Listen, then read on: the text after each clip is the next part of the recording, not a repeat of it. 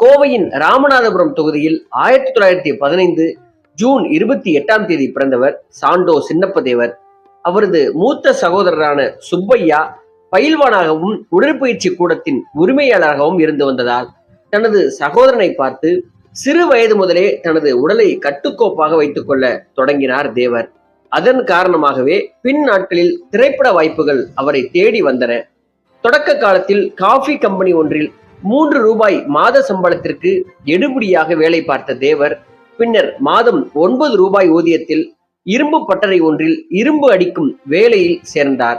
தேவர் வாங்கும் சம்பளமானது பெரும்பாலும் திரைப்படங்கள் பார்ப்பதற்கே சரியாக இருந்திருக்கிறது.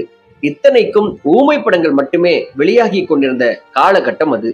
1930களின் தொடக்கத்தில் திரைப்படங்கள் பேச தொடங்கின. படங்களில் நடிப்பதற்கு நடிகர்கள் தேவை என்ற விளம்பரங்கள் அடிக்கடி